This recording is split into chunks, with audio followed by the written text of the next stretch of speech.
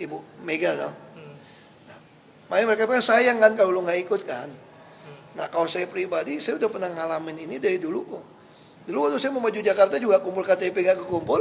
Orang juga bilang, kenapa sih Hok kamu gak mau pulang ke Bangka Belitung? Pasti menang, kursi ada. Lu pasti menang nih. Terus saya bilang, kan saya dari dulu bukan mau jadi gubernurnya. Saya cuma mau bangun satu standar. Kalau jadi gubernur itu kayak apa sih?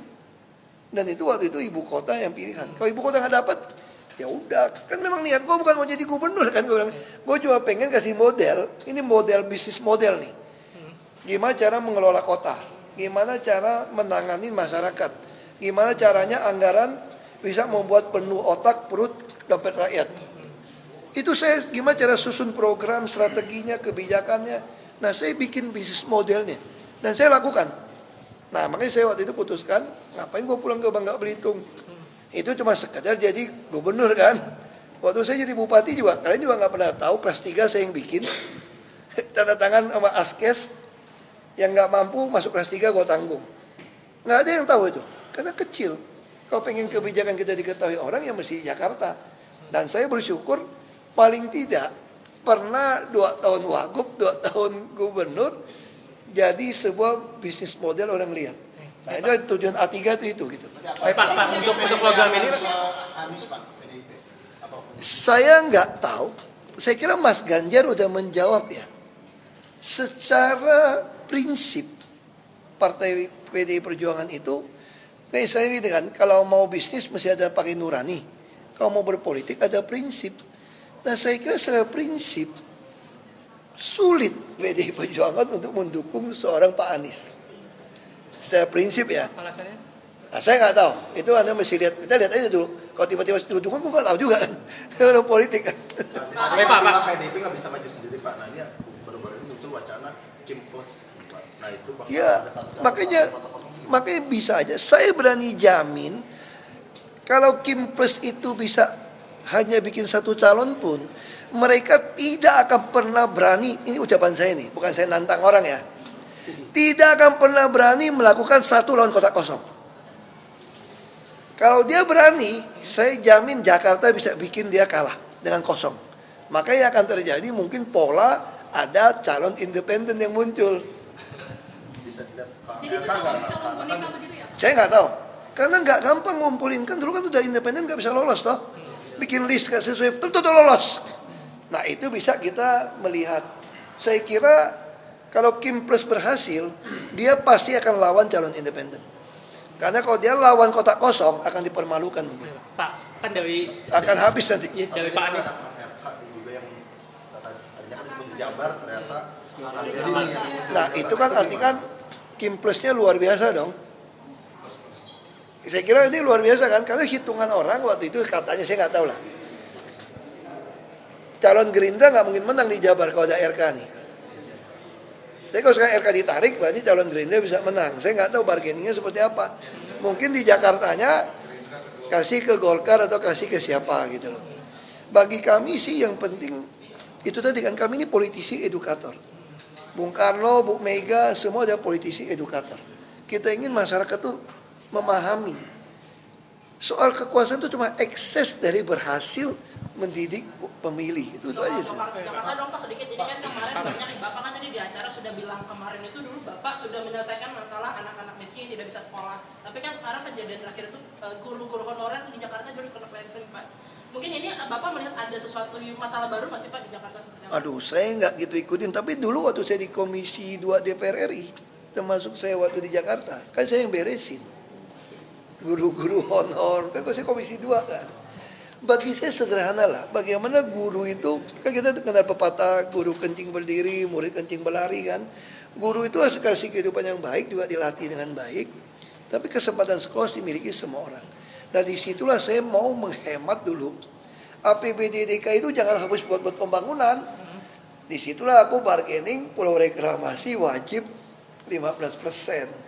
Termasuk KLB. Sehingga untuk bikin jalan, jembatan segala macam, bikin jaringan LRT, jangan pakai APBD lah. APBD fokus aja bikin perut, otak, dan dompet. Kata Bung Karno, kalau perutnya kenyang, otaknya bisa mikir dong.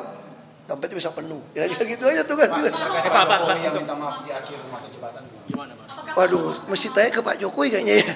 Tapi saya kira wajar ya. Saya kira menurut saya ya, hampir semua kepala pemerintahan atau di dunia di masa akhirnya itu secara itu pasti menyampaikan permohonan maaf.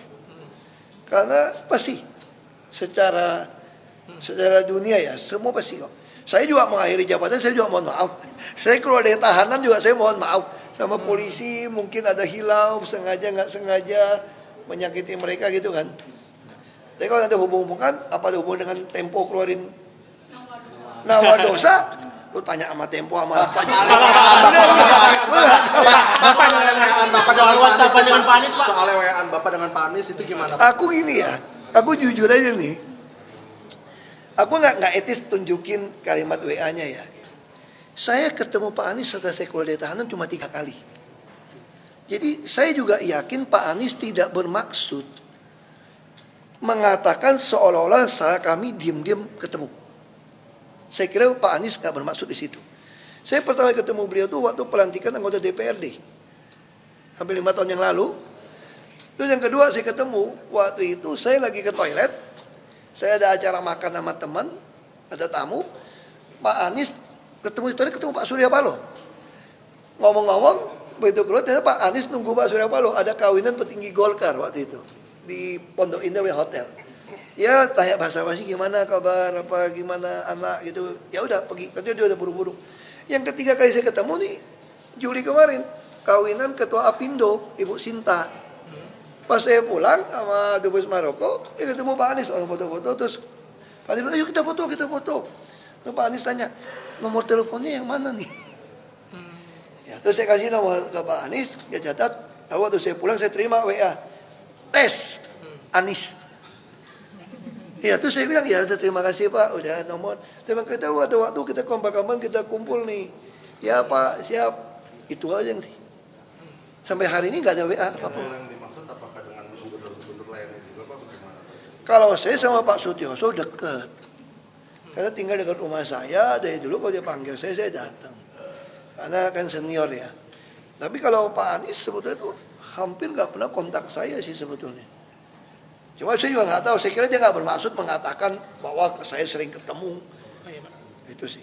Pak, untuk Pak Anies itu kan kemarin diwacanakan akan berduet dengan Pak Yusuf Hamka, dan Pak Anies mengaku udah chat Pak Hamka, dan Pak Hamka mengaku juga nggak apa-apa kalau dicocokin Pak Hamka. Tadi Pak Hamka baru telepon saya. Gimana tuh Pak?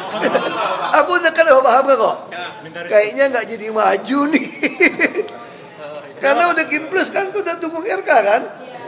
Berarti yang Golkar punya calon bukan.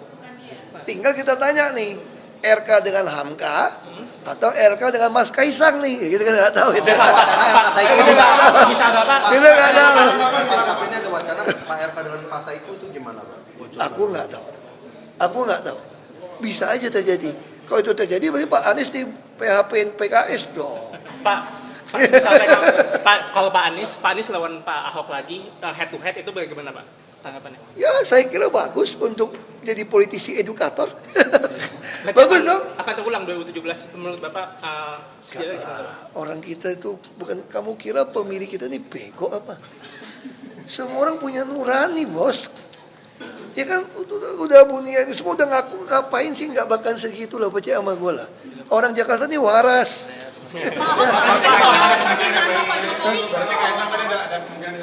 Kita tunggu aja. Ini menarik nih situasi kayak gini. Bilang enggak terus muncul gitu kan, seru kan? Kita nggak tahu. Pak, satu lagi Pak. Itu kemarin PKB itu Caimin mengaku ketemu sama Mas Ahmad Basarah. Nah, dan itu pertemuan dengan itu membahas soal pilkada Jakarta, dan itu salah satunya di PKB ada Mbak Ida. Nah, Mbak Ida kalau dicalonkan dengan Bapak Aku nggak tahu ya, karena belum dilaporkan di DPP. Ya, teman-teman ya, udah ya. Di antara banyak sumber informasi, kami layak dipercaya. Karena kami menggali lebih dalam, berpihak pada kebenaran, berpegang pada data dan fakta, agar layak Anda jadikan referensi. Kompas TV, independen, terpercaya.